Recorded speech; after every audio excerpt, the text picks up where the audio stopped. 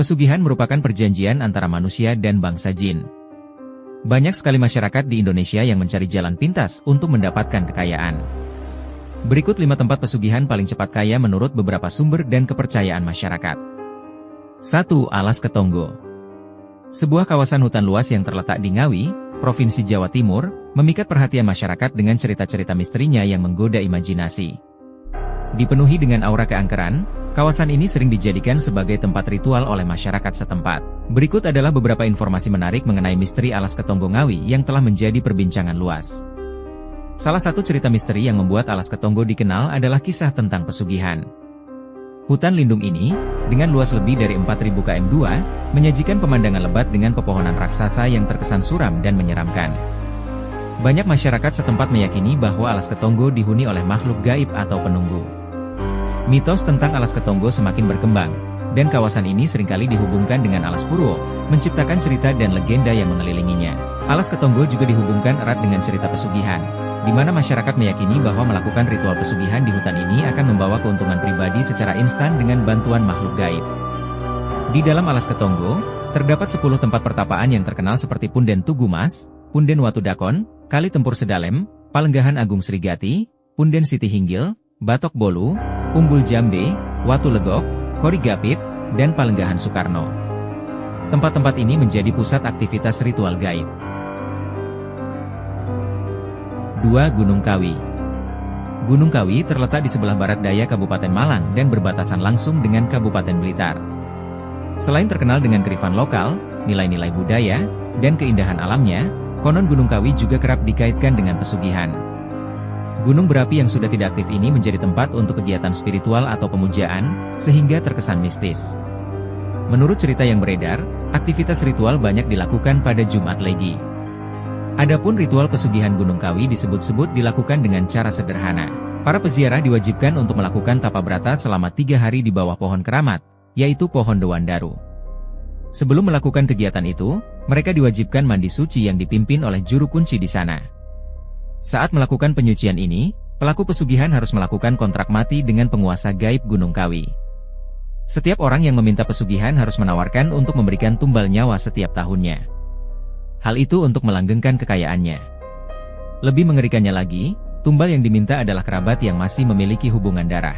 Setelah melakukan ritual, daun pohon Dewandaru akan jatuh dan pelaku pesugihan harus menyimpan daun itu seumur hidup. Menurut mitos yang beredar, daun Dewandaru mampu memberikan rezeki dan memberikan uang gaib setiap hari.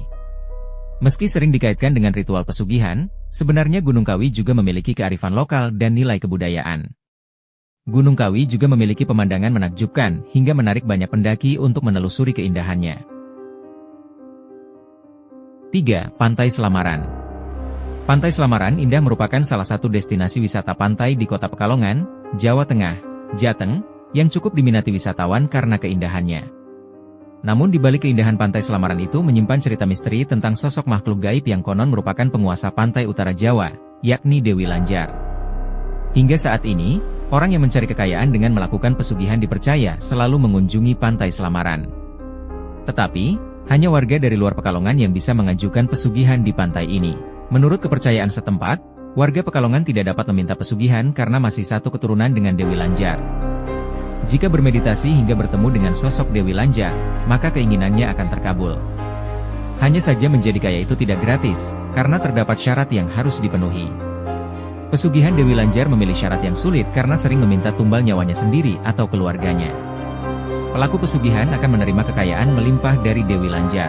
Ketika pesugihan telah habis masa waktunya, para prajurit Dewi Lanjar akan mendatangi rumah peminta pesugihan itu untuk meminta tumbal. Menurut kepercayaan masyarakat, jika ada anak yang hilang saat bermain di Pantai Selamaran, Dewi Lanjar adalah pelakunya. Anak-anak tersebut bisa dibawa oleh Dewi Lanjar dan kemudian diasuh atau menjadi tumbal pegusihan. 4. Pantai Karanghau.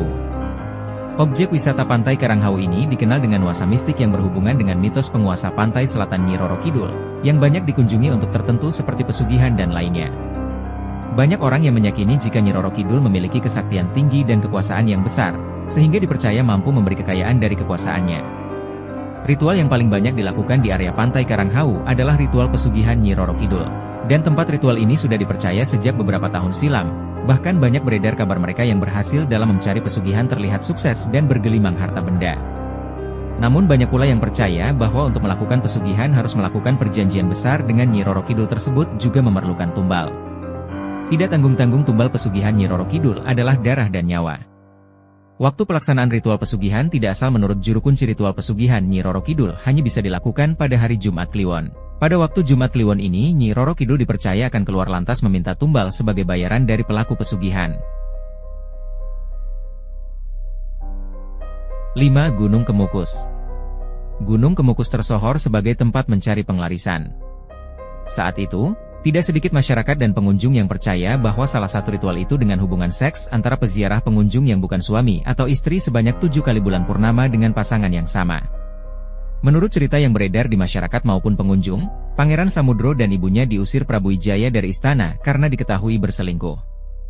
Sejak itu keduanya mengembara sampai ke daerah Gunung Kemukus. Konon, sebelum meninggal, Pangeran Samudro sempat berpesan bahwa siapa yang dapat melanjutkan hubungan suami istri yang tidak sempat dia lakukan di tempat itu selama 7 kali atau setiap 35 hari sekali pada setiap malam Jumat Kliwon atau malam Jumat Pon, maka akan terkabul permintaannya.